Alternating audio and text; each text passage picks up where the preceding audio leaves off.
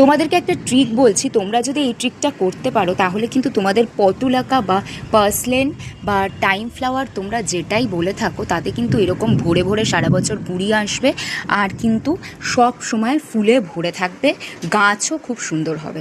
কী করতে হবে তোমাদেরকে, ফুল হয়ে যাওয়ার পরে কালকে এটা কালকে ফুল হয়েছিল, আজকে কিন্তু দেখো এরকমভাবে বুঝে গেছে। ফুল হয়ে যাওয়ার পরে এইভাবে ফুলটাকে তুলে নিয়ে, শুকনো ফুলটাকে তুলে নিয়ে ফেলে দেবে। আর এই যে মাথার এই জায়গাটাকে একদম সুন্দর করে হাত দিয়ে অল্প একটু এইভাবে পিঞ্চ করে দেবে।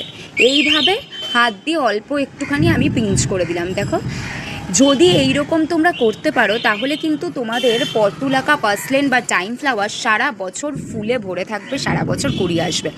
আর যদি তোমরা ওইভাবে শুকনো ফুলটাই রেখে দাও তাহলে কি হয়, সিড পট গ্রো করে যায়, আর সিড পট গ্রো করে গেলে কিন্তু কুড়ি অনেক কম আসে।